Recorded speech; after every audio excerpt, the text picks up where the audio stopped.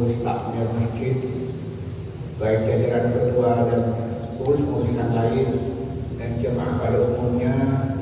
Pertama-tama kita bersyukur kepada Allah pada pagi ini Allah berikan dua nikmat, yaitu nikmat iman dan nikmat sehat. Kenapa? Karena kata Rasulullah, sholat yang paling mulia bagi orang munafik itu adalah sholat subuh. Nah berarti kita ini kalau bisa subuh berjamaah termasuk selamat dari orang munafik itu. Yang kedua, badan yang paling gak enak bagi orang sakit ini adalah subuh. Biasanya orang itu tanda atau sehat kalau subuh ini bisa seger. Berarti kita ada dua nikmat yang Allah berikan kepada kita, nikmat iman dan nikmat sehat. Alhamdulillah. Kemudian ada nikmat tambahan. Setelah kita sholat berjamaah, kita bisa ngaji. Yani kata Rasulullah, kalau ada orang yang kumpul-kumpul di dalam masjid yang isinya itu zikir kepada Allah, tadi sudah zikir kita setelah sholat jamaah ya, kemudian diteruskan dengan kita ini ngaji tadarus, maka tempat itu dibanggakan oleh malaikat. Dibanggakan oleh Allah di depan para malaikat. Majtama qaumun fi baitin min buyutillah yatluna kitaballah wa yatadarasuna bainahum illa nas'alaihim sakinah wa wasathum rahmah wa hafathumul malaika wa dzaqallahu fi man indahu. Katanya kalau ada orang kumpul-kumpul, dia baca Quran, berzikir, lalu dia itu mengaji bersama, apa? Oleh Allah diberikan sakinah, ketenangan hati. Oleh Allah diberikan rahmah, dan Allah bangga-banggakan di depan para malaikat.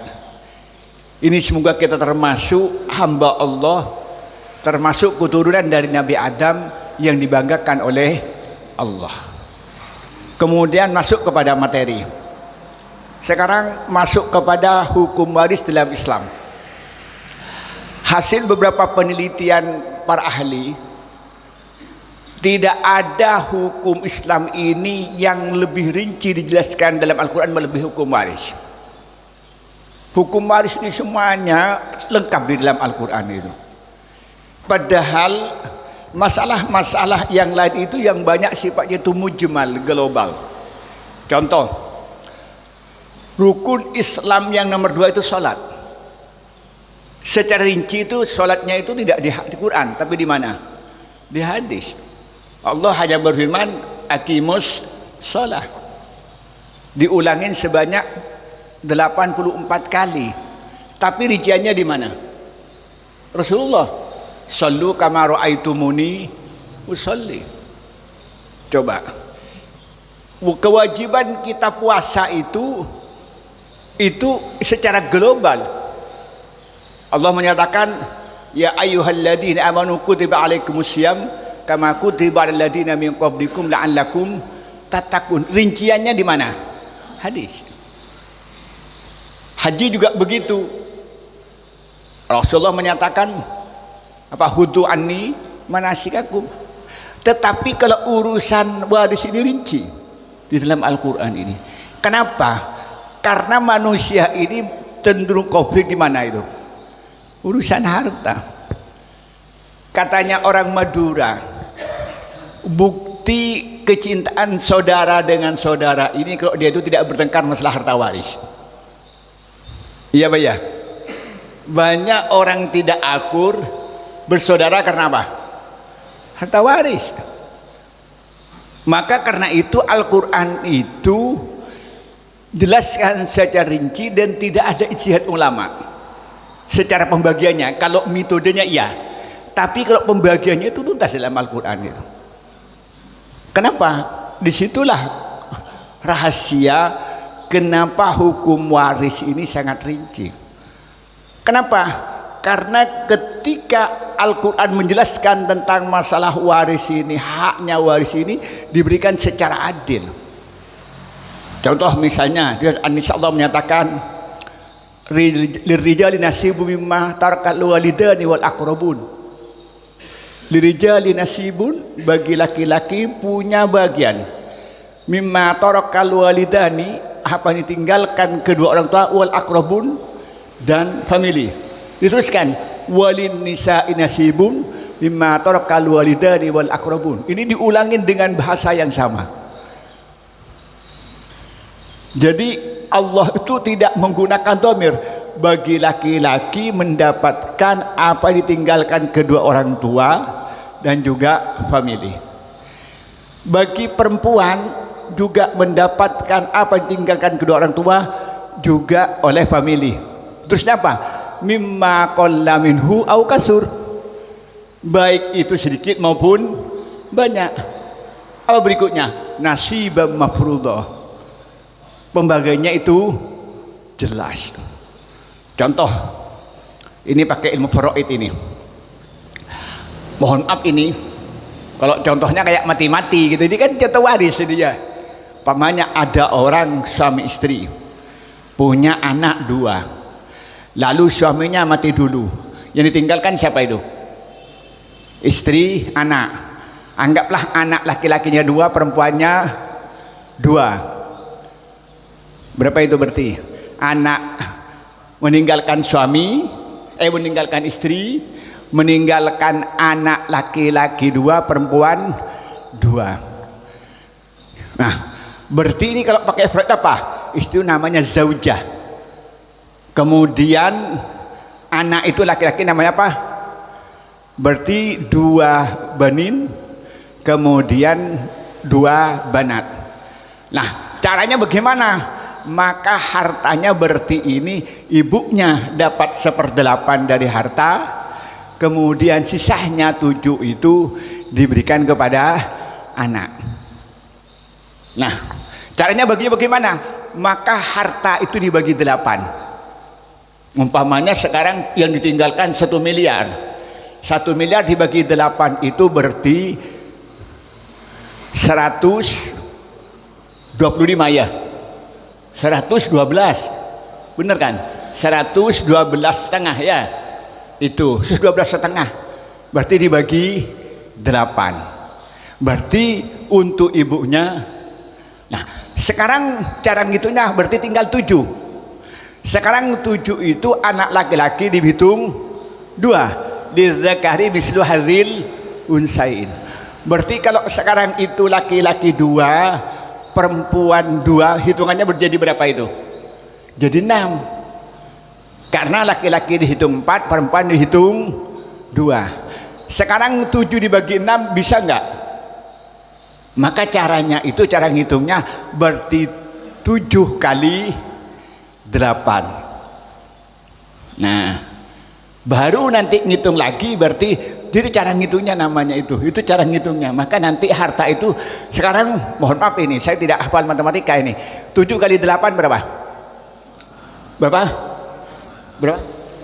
Nah, 56. Maka berarti hartanya dibagi 56. Bagi 56. Nah, maka si ibu itu mendapatkan 7, si anak perempuan dapat 7, anak laki-laki dapat 14. Itu cara ngitungnya. Itu cara ngitungnya. Jelas semua. Nah, sekarang ini jadi jelas siapa yang hak saya itu apa. Nggak bertengkar setelah itu. Karena Al-Quran sudah jelas. Laki-laki dapat berapa, perempuan dapat berapa. Sekarang kalau ibunya dapat berapa. Nah, sekarang kalau ibunya itu, mohon maaf, suami mati, nggak punya anak, dapat berapa itu? Dapat 1/4. Nah, ternyata ada saudara laki-laki, ada saudara perempuan. Nah, berarti kembali lagi, ternyata dia nggak punya anak. Ya, dia hanya punya keponakan. Atau punya saudara dulu, bukan keponakan, saudara. Ternyata ini anak orang laki-laki ini yang meninggal tidak punya anak, hanya punya istri, punya saudara. Nah, ternyata saudara laki-lakinya hanya 1, ini yang beruntung. Istrinya langsung dapat 1/4, langsung diambil saudaranya. Gitu, jelas semua cara ngitungnya itu. Nah, Saya ingin buka tanya jawab lebih banyak ini saya. Saya ingin sampean tanyakan pada saya, kalau sampean warisannya bagaimana? Lebih bagus begitu nanti. Cara ngitung kekayaan sampean. Saya tak pakai kalkulator nanti cara ngitungnya itu. Karena saya tidak punya keahlian matematika. Tapi punya ahlian faraid saya. Jadi kalau gitu kayak angka tadi 50 berapa? 58 ya. Nah, lembar itu saya nggak punya kemampuan itu. Tapi saya bisa ngitung itu karena ilmu faraid itu. Jadi begitu dalam Al-Qur'an itu jelas semuanya. Kenapa? Karena di dalam faraid itu kenapa tuntas oleh Allah dijelaskan? Karena di situ akan melindungi hak-hak orang. Coba. Kadang-kadang kalau laki-laki terlalu dominan kan perempuannya nggak diberi. Atau kadang-kadang kalau anaknya masih kecil nggak diperhatikan. Maka kata Rasulullah dalam hadis riwayat Ibnu Majah, man harramal warisa mirasahu haramallahu mirasahu minal jannah.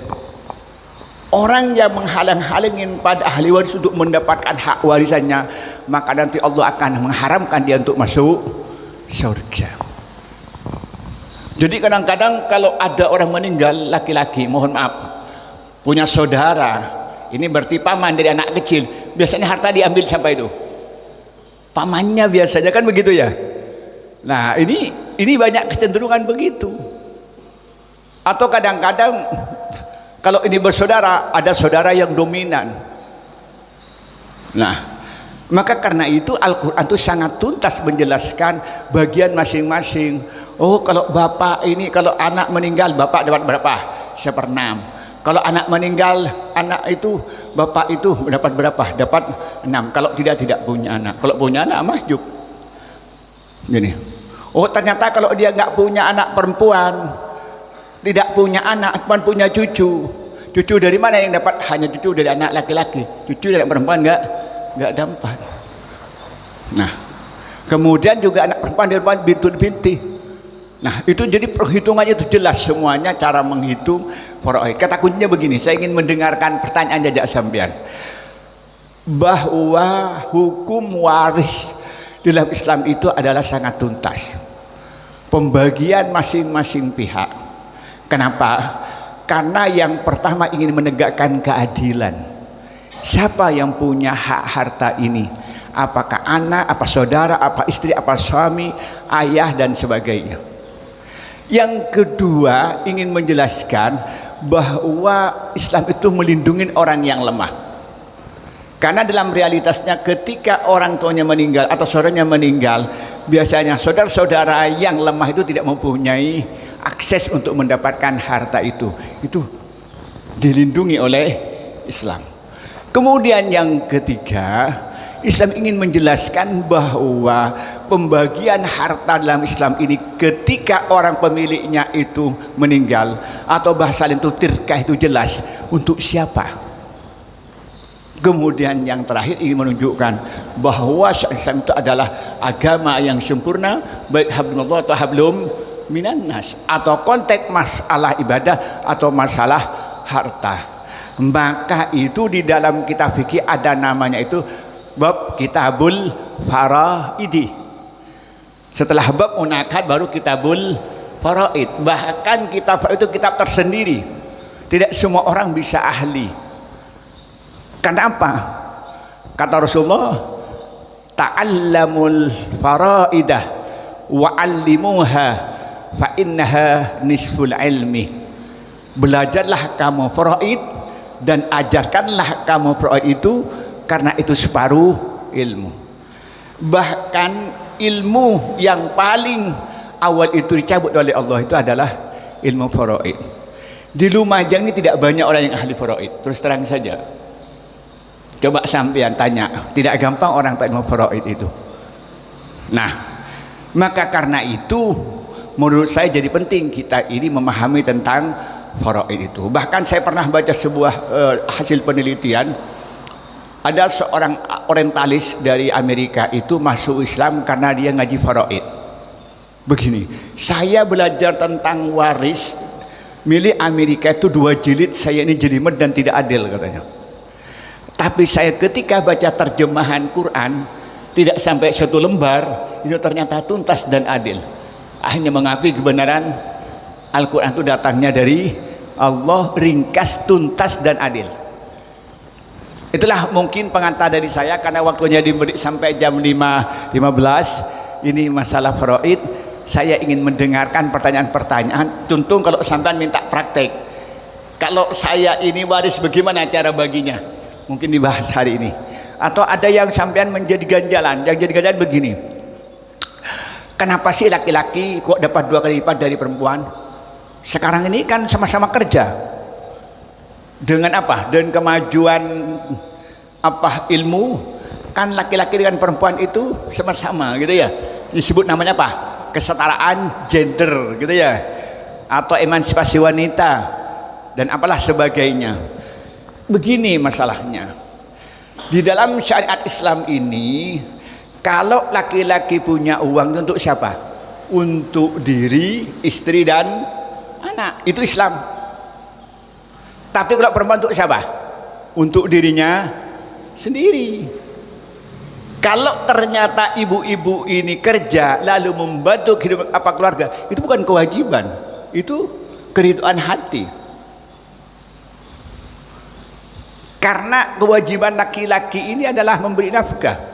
Coba Allah menyatakan begini, ar-rijalu qawwamuna 'alan nisa' bima faddalallahu ba'dahum ala ba'din. Apa terusnya? Wa bima anfaqu min amwalihim. Maka kata Allah, laki-laki ini qawwam, akan mengatur kehidupan keluarga, akan menjadi tulang punggung dalam kehidupan keluarga itu, karena memang Allah memberikan kelebihan laki-laki di atas perempuan. Kemudian apa? Karena dia menafkahkan sebagian harta. Maka karena itu dalam kitab fikih itu salah satu haknya perempuan itu mendapatkan nafkah dari suami, dan salah satu kewajiban suami berikan nafkah kepada istri. Suami tidak memberikan nafkah kepada istri dan anak, hukumnya berdosa. Istri tidak berikan nafkah pada suami, itu tidak berdosa. Lah, maka karena itu kenapa Allah menyatakan lirijali mislu hadzil unsayain, bahwa laki-laki itu mendapatkan 2 bagian gitu. Kenapa? Itu konteks dalam Islam. Itulah mungkin pengantar. Kita punya waktu 20 menit untuk saya mendengarkan pertanyaan-pertanyaan, baik dalam konteks secara analisis atau secara praktis. Sampai ingin dihitung waris harta sampean, hitung sekarang sampean punya uang berapa, kalau diwaris berapa, atau sampean punya saudara. Sekarang ayah ibu saya meninggal, saya punya saudara 2, bagaimana cara menghitungnya? Saya jawab sekarang. Terima kasih. Assalamualaikum warahmatullahi wabarakatuh. Silakan Pak saya silakan diberi mic ya, biar biasa didengarkan yang lain. Bismillahirrahmanirrahim. Assalamualaikum warahmatullahi wabarakatuh. Mengenai harta warisan sudah dijelaskan oleh Pak Yai melalui ilmu faraid. Ini ada suatu kejadian, ada seorang ayah itu meninggal dunia dan harta itu murni milik seorang ayah, dan seorang ayah itu punya istri 3. Yang satu istri sah pakai hukum negara Indonesia, tapi yang 2 tidak pakai hukum secara nasional. Nah, ini seorang ayah itu berwasiat sebelum meninggal, tolong harta saya dibagi secara ilmu faraid, jadi adil. Istri yang tidak pakai surat resmi dapat juga, tapi dalam pelaksanaannya itu bertengkar. Yang istri yang asli yang pakai surat resmi hukum nasional menyatakan sidang, akhirnya menang. Istri yang tidak pakai hukum nasional tidak dapat. Sedangkan ini ada istilahnya itu pesan-pesan supaya dibagi secara ilmu faraid. Bagaimana nanti orang yang mendapatkan itu hukumnya? Assalamualaikum warahmatullahi wabarakatuh. Sekalian tuntas, punya anak enggak? Punya anak. Anaknya berapa? 2. Laki atau perempuan? Laki perempuan. Biar hitung sekalian, biar tuntas cara ngitungnya. Sekarang begini cara ngitungnya. Sekarang istri ininya kan 3, anaknya 2. Berarti sekarang ini cara ngitungnya berarti karena punya anak, berarti istri yang 3 ini dulu saya pakai ini dulu, baru pertanyaan yang pertama baru saya jawab. Sekarang pertanyaan yang kedua dulu yang saya jawab dulu. Maka berarti hartanya itu si istri yang 3 ini secara keseluruhan dapat 8. Berarti anaknya itu yang 2 laki-laki 1 perempuan 1 itu mendapat 1/7. Cara menghitungnya begini dulu. Nah, cara 1/7 berarti asal masalahnya itu ilmu faraid berarti asal masalahnya 8. Nah, 1 untuk istri yang 3, kemudian 7 untuk anak yang 3. Sekarang kalau anak 1 perempuan 1 kan berarti hitungannya berapa? 3. 3 dibagi 7 bisa enggak? 7 dibagi 3 bisa enggak? Berarti 8 kali 3. 8 kali 3 berarti 24 ya.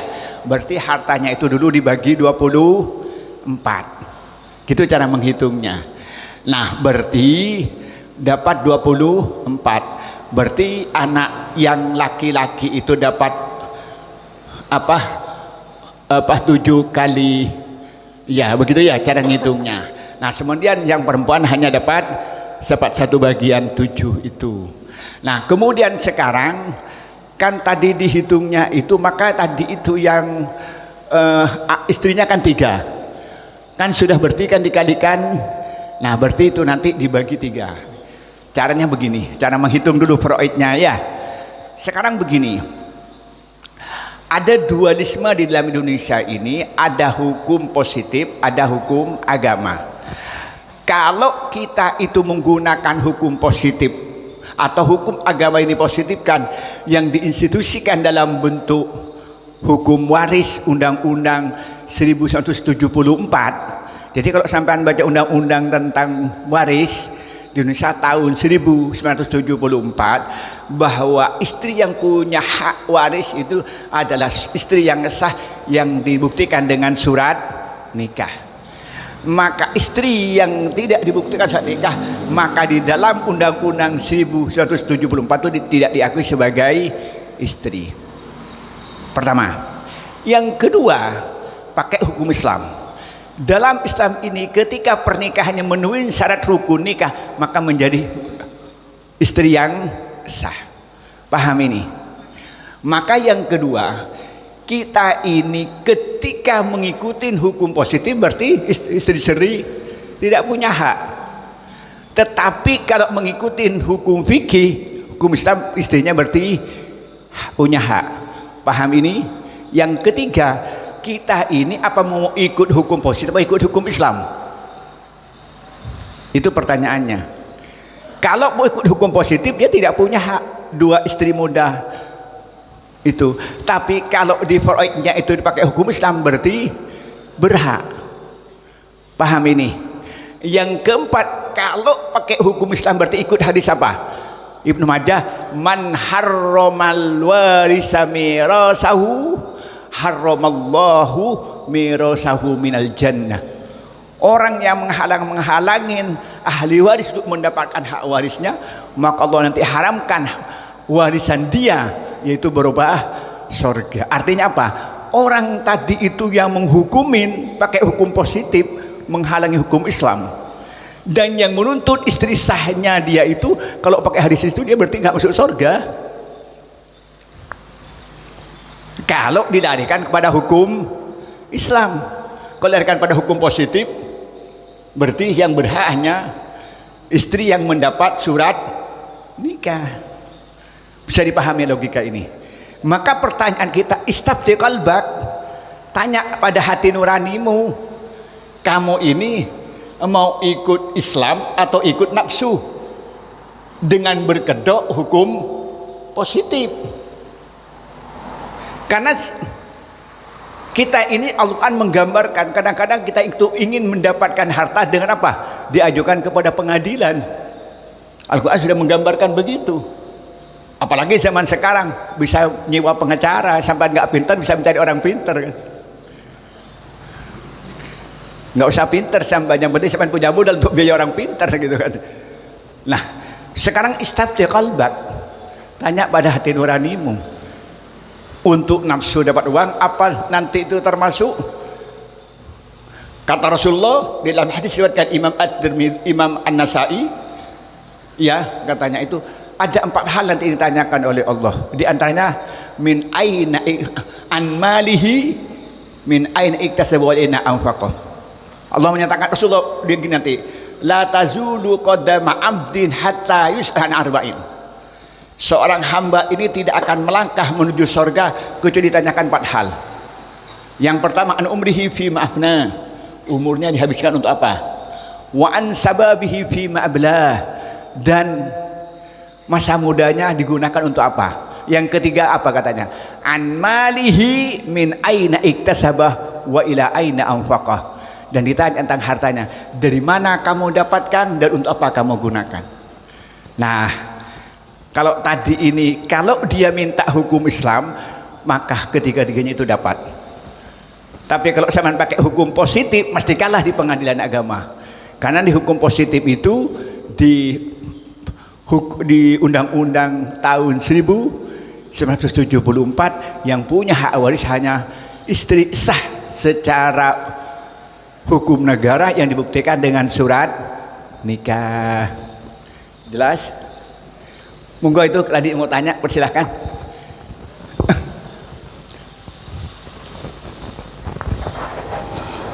Assalamualaikum warahmatullahi wabarakatuh. Terima kasih Pak Yai atas pencerahannya. Mudah-mudahan ilmu ini adalah sami'na wa ata'na untuk saya. Tadi masalah waris sudah disampaikan, menurut Al-Qur'an sudah jelas dan mungkin tuntunan yang benar. Itu pun dalam posisi apa yang terjadi pelaksanaan di masyarakat. Agama memberikan tuntunan yang benar, tapi pelaksanaannya di masyarakat beda ya. Satu, mungkin dalam posisi dikatakan waris kalau orang tua meninggal. Lah orang tua ini meninggalkan harta dan meninggalkan hutang. Apa hutangnya diselesaikan dulu, nanti warisnya dibagi. Yang kedua, masalah pelaksanaan di masyarakat. Karena mungkin di masyarakat ini kurang ilmu atau kurang wawasan di bab masalah waris, apa yang terjadi di masyarakat, bahwa yang terjadi itu adalah satu, yang penting tidak tukaran, yang kedua yang penting adil atau legowo dalam pembagian warisan. Nah, ini yang disalahkan dari bab termasuk dari agama Islam, karena tidak disampaikan ke masyarakat, tapi masyarakat memakai ilmu, yaitu menghindari pertengkaran dan menyampaikan keadilan masalah bab legowo pembagian waris. Mohon dijelaskan Yai. Makasih. Iya, ini yang pertama tadi pertanyaannya tentang apa? Oh ya, lupa.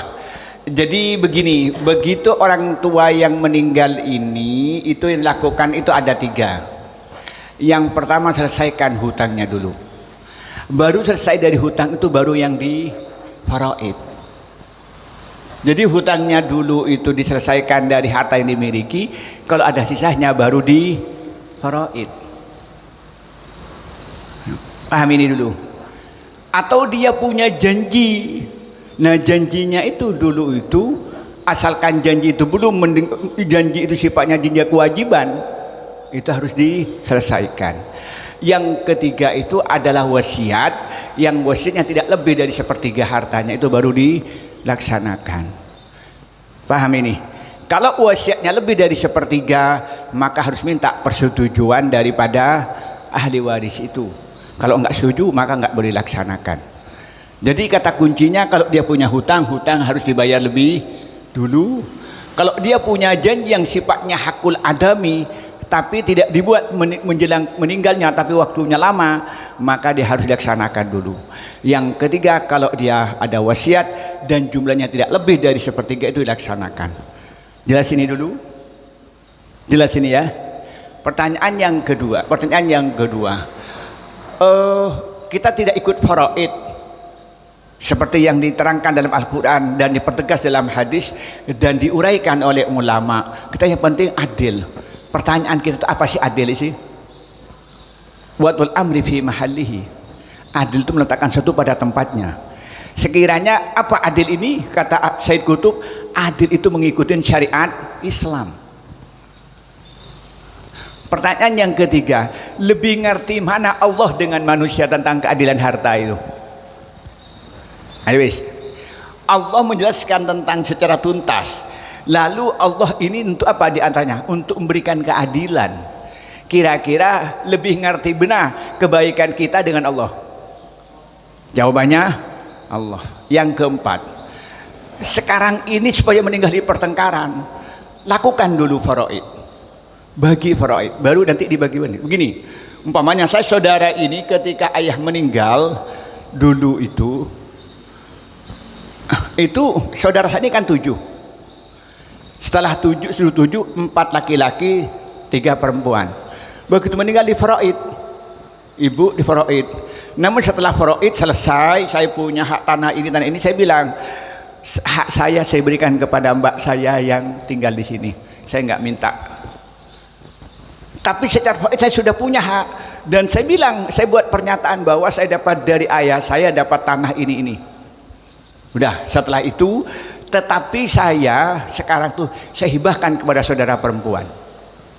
Dan saya membuat surat tertulis di atas materai, maka anak saya tidak nuntut. Paham logika ini? Saya dibagi faraid tuntas, namun seperti kayak adik saya Holil diberikan kepada adik lagi, adiknya perempuan. Ini kamu lek, kalau saya dah lek, engkau tinalam tak minta sangkulan kok. Cuman bagaimana ya? Dibuat kita sebagai faraid sah secara fikih, lalu kita hibahkan. Jelas ini Pak ya? Coba sekarang pamannya saya punya saudara 7, lalu dia itu karena supaya nggak bertengkar begitu dibagi-bagi apa adanya, tidak ada bukti. Kira-kira anak saya bisa bertengkar nggak? Bertengkar. Di mana keadilan yang bisa kita dapatkan kalau tidak ikut hukum Islam? Coba umpamanya saya punya saudara 7, contoh saya. Lalu karena saya ijtihad, yang penting saya bersaudara 7 itu tidak bertengkar. Sudahlah masalah harta. Iya saya tidak butuh, jangan-jangan nanti anak saya butuh. Mungkin anak Holil tidak butuh, tapi adiknya Holil bisa jadi butuh. Apa potensi anak saya bertengkar? Iya Pak ya? Tetapi ketika ngikutin Islam, dibagi dengan benar, difaraid dengan benar, lalu itu dijelaskan sudah haknya apa, soal saya ridho, ya udah selesai. Apa enggak lebih adil begitu? Paham logikanya ini? Jadi kita punya hak, saya punya hak tanah berapa hektar di Madura itu, tapi saya berikan kepada Mbak Yu saya, karena dia yang tinggal di Madura. Sudahlah, saya minta kepada Allah semoga saya diganti lebih banyak. Tetapi saya punya hak sudah. Artinya anak saya tidak punya hak untuk nuntut nanti apa tanah dari Mbak ada yang Madura. Oh, kok tanah dari Mbak Madura? Nggak bisa, karena saya sudah dibagi dengan jelas, tapi oleh saya dihibahkan, dan itu ada surat hibah secara resmi. Tapi saya berarti kan sudah putus urusan saya dengan abah saya. Jelas logikanya. Menurut saya ini lebih adil hukum Tuhan daripada hukum kita buat sendiri. Jelas tuntas ini ya? Terjawab. Oke, pertanyaan berikutnya. Karena punya waktu 5 menit, saya konsisten dengan waktu. Ya. Assalamualaikum warahmatullahi wabarakatuh. Waalaikumsalam warahmatullahi wabarakatuh. Paling saya itu sugih, ya. Alhamdulillah. Tapi tidak duwe anak. Kemudian dia itu ngambil anak angkat laki-laki. Kemudian menikah lagi dengan seorang janda, punya anak jandanya perempuan. Punya anak apa bawa anak si janda itu? Punya anak. Punya anak dengan pernikahan itu? Tidak punya. Bawa anak. Oh ya wis. Ya. Karena ini proyeknya Ya, beda ini. anak Ya, tiri jenenge. oh anak tiri kayak Ya. gitu. Kemudian saya selaku ponakannya kok ndak oleh warisan. Ya Pak, keponakan. Ya. Saya kan keponakannya, balik saya kok ndak oleh warisan. Tadi menurut hukum anak angkat atau anak tiri yang dapat warisan. Terima kasih. Assalamualaikum warahmatullahi wabarakatuh. Ya, duduk mau tanya Mas Ian. Ini karena hukumnya nyambung, ini kan pegang mic-nya. Saya ada pertanyaan. Anak yang diangkat tadi itu hubungannya apa? Keponakan langsung atau orang luar? Nggak ada hubungannya. Oke. Kemudian yang istri mudanya tadi masih family atau bukan? Bukan, orang luar. Janda punya anak 1. Nah, pertanyaan yang ketiga, sampean ini dari saudaranya anaknya laki atau perempuan? Laki-laki. Jadi balik saya itu kan Nah, pertanyaan gini, yang meninggal ini punya saudara berapa? enggak punya. Hanya 1. Iya. Terus punya keponakan sampean? Iya. Sebenarnya kalau hukum Freud sampean yang dapat harta itu. Lah iya, kok iso?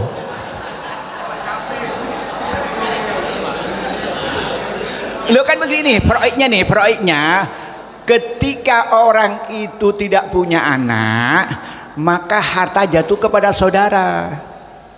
Ahun, maka ayah sampean itu asobah, sifat sisa. Sekarang kan bapaknya nggak ada, istrinya meninggal, ada kan ya? Nggak ada. Maka begini cara membagikan harta ini Freudnya ini kan ada seorang suami meninggal, dia tidak punya anak pungut itu dalam fikih tidak masuk dalam ahli waris. Anak tiri dia itu tidak punya ahli waris, maka berarti dia meninggalkan zaujah, meninggalkan istri tidak punya anak, berarti dia mendapat 1/4 dari harta kekayaan itu.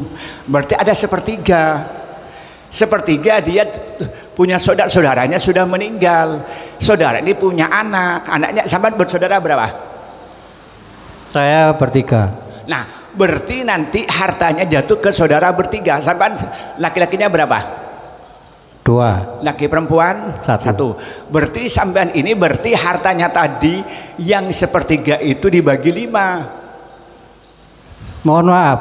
Jadi aset harta ini di total semua apa karena suge wonge? Nah, ya gini ini cara menghitungnya. Coba sampean yang matematikanya cepat, saya ya. Sekarang begini, hartanya itu diilustrasikan menjadi 4. Sekarang begini, sekarang hartanya anggaplah berapa miliar? Kalau dihitung itu 18 bau atau sekitar 12 hektar. Berapa Pak kira-kira? Loba urusan nih. Anggaplah kita estimasikan punya uang sekira anggaplah 20 miliar. Ya, anggaplah 20 miliar. Kalau 20 miliar harta kekayaannya itu berarti itu 5 miliarnya itu untuk istri. 1/4 untuk istri. Maka 15 miliarnya itu untuk saudara. Kalau saudara itu laki-laki meninggal, maka untuk namanya ahun dan ibnul akhi, anaknya saudara. Anaknya saudara itu ternyata 3, laki-laki 2, perempuan 1. Maka karena laki-laki itu dapat 2, perempuan 1, maka 2 itu dihitung 4, 1 dihitung 1. Maka berarti 5. Sekarang 15 dibagi 5. 15 bagi 5 per orang berapa? 3. Berarti yang laki-laki dapat 6, yang perempuan dapat 3 miliar. Gitu cara ngitungnya. Hitung hartanya orang. Karena nggak ngitung. Ya gitu ini kalau pakai hukum Islam. Itu yang pertama Pak. Jangan berhenti di sini dulu. Ada pertanyaan berikutnya. Mohon maaf ini karena hukum real ya. Namanya waqi'iyah. Pertanyaan saya berikutnya, apakah sebelum dia meninggal itu terjadi hibah? Begini, artinya sebelum bapak yang tadi yang meninggal yang kawin lagi sudah bilang pada anak pungutnya tadi, kamu saya berikan tanah yang ini. Lah itu berarti itu bukan hak lagi tapi sudah milik dia sebelum meninggal. Atau bilang sama anak tirinya, kamu sawah, bukan wasiat, hibah. Kalau wasiat, kalau begini nih, Kalau dia dalam kondisi sehat sudah diberikan itu namanya hibah. Itu nggak punya hak gugat. Yang wasiat bilang begini, nanti kalau saya meninggal tanah yang itu tuh milik anak saya angkat, rumah itu milik anak tiri, itu namanya wasiat. Maka nunggu persetujuan mana bapak yang tanya? Nunggu persetujuan sampean sebagai ahli waris. Kalau lebih dari sepertiga harus ada persetujuan dari ahli waris. Tetapi kalau hibah itu nggak punya hak. Maka pertanyaan saya berikutnya, kalau pakai hukum Islam, apakah ada bukti sebelum dia meninggal dia memberikan harta sawahnya itu ke anak angkat atau kepada anak tiri atau kepada istrinya? Itu harus dipertegas kalau mau pakai hukum Islam yang utuh. Jelas ya? Tapi menurut hukum itu keputusan dari pengadilan diberikan kepada anak tirinya. Jadi anaknya mbok janda itu dapat warisan, anak angkat tidak dapat. Alasannya dari pemerintah karena si yang merawat itu adalah anak tirinya itu, gitu. Ya saya bilang tadi, kita mau hukum positif atau hukum Islam. Maka tadi contohnya tadi pertanyaan, ada seorang tadi itu kawin siri, poligami, 2, 1 isah. Kalau pakai undang-undang 1974 maka dia tidak berhak. Tapi kalau pakai hukum Islam selama pernikahannya sah kan berhak. Sama dengan kasus tadi, kalau pakai faraid ya yang berhak sampean. Tapi kalau pakai hukum positif ya sampean tidak punya hak. Nah sekarang pertanyaan Mate. Jadi pertanyaan, kalau saya itu sebagai ustadz, jawaban saya begitu. Tapi kalau saya sebagai hakim pengadilan agama, ya jawabannya yang tadi itu. Nah, sampean bertanyanya di mana? Nah, kalau pertanyaan saya sebagai ustadz, jawaban itu yang berhak sampean. Tapi kalau saya ditanya sebagai hakim PA, ya jawabannya yang sudah terjadi itu. Nah, jadi ini nih saya ingin menjawab begitu kan sama-sama tuntas gitu. Sampean bertanyanya di mana? Maka kalau bilang, ini kata ustadz begini loh. Ini pengadilan Indonesia kita. Indonesia itu negara bukan negara Islam, tapi negara Pancasila, negara di mana dalam hal tertentu mengakui hukum agama. Yang disebut namanya taknin dalam bahasa Arab itu. Jelas ya? Jelas. Saya kira begini ya, karena saya punya undangan di Tempe. Ini sesuai dengan permintaan takmir, lebih 5 menit Pak, mohon maaf. Kita berdoa, nanti kalau memang perlu kita konsultasi pribadi. Jadi kalau sampean mau proyek pada saya, persilakan nanti nomor teleponnya minta kepada takmir. Nanti saya WA, kalau sampean WA saya jawab, kalau nggak jelas saya telepon. Karena kalau faraid itu saya mesti tidak jawab WA, saya tanya dulu kayak tadi. Karena itu kan salah sedikit menghitung itu pasti keliru. Tidak tuntas hubungan ininya mesti keliru. Maka pasti saya teleponin. Kalau betul-betul tanya kepada saya umpamanya mau bagi-bagi hartanya, saya siap untuk membantu. Ketepatan saya ngajinya tuntas urusan faraid ini. Di Lumajang ini yang paling alim masalah faraid bukan Semudi Kaisulaha. Kaisulaha ini faraidnya tuntas. Kalau perempuan masih muda dan cara menghitungnya detail, ketepatan anak saya. Jadi ibu-ibu kalau mau nanti ini, saya punya anak baru lulus S2 dari Al-Azhar, tafsir tapi tujuannya itu baru menikah kemarin menikahnya itu. Nah dia tuntas dengan matematikanya faraid. Ini dapat warisan dari kakeknya mungkin, faraidnya itu hafal. Nanti kalau memang ibu-ibu ini perlu ngomong lebih enak sama perempuannya, bisa ngundang anak saya perempuan. Tapi baru menikah masih bulan madu, baru 2 hari yang lalu menikah. Gak usah diganggu Mas Ian. Mari doa bersama-sama, semoga kita ini diberikan kesehatan yang sempurna dan kesehatan yang barokah, makin dekat kepada Allah. Yang kedua, semoga diberikan rezeki yang banyak yang barokah sehingga kita tidak butuh yang haram, dan semoga rezeki kita membawa kedamaian dalam diri dan keluarga. Semoga bukan harta yang bawa pertengkaran dalam kehidupan rumah tangga. ala hadina wa ala kulli din salihah. Al-Fatihah. Alhamdulillahirabbil alamin arrahmanir rahim maliki yaumiddin. Iyyaka na'budu wa iyyaka nasta'in ihdinas siratal mustaqim siratal ladzina an'amta 'alaihim. Bismillahirrahmanirrahim. Allahumma inna nas'aluka ridhaka wal jannah wa na'udzubika min sakhatika wan nar. Allahumma habib ilaina al-iman wa zayyinhu fi qulubina wa karrih ilaina al-kufra wal fusuq wal isyan wal rasidin. Rabbana hab lana min ladunka rahmah wa hayyi lana min amrina rasyada. Allahumma kfina bihalalika an haramika wa fadlika amman siwaka. Rabbana hab lana min azwajina wa dhurriyyatina qurrata a'yun waj'alna lil muttaqina imama. Allahumma inna nas'aluka ilman nafi'a wa rizqan wasi'an wa shifaa'an min kulli da'in wa suqamin. Rabbana atina fid dunya hasanah wa fil akhirati hasanah wa qina adzabannar. Subhana rabbika rabbil izzati amma yasifun wa salamun walhamdulillahi alamin. Bi barakatil Fatihah. A'udzu billahi minasyaitonir rajim. Bismillahirrahmanirrahim. Alhamdulillahirabbil alamin arrahmanir rahim maliki yaumiddin. Iyyaka na'budu wa iyyaka nasta'in ihdinas siratal mustaqim siratal ladzina an'amta 'alaihim ghairil maghdubi 'alaihim amin ya rabbal alamin. Terima kasih. Wassalamualaikum warahmatullahi wabarakatuh. Waalaikumsalam. Terima kasih Gus Adit. Materi yang cukup menarik. Kalau belum puas nanti lain waktu Gus Adit kita undang lagi.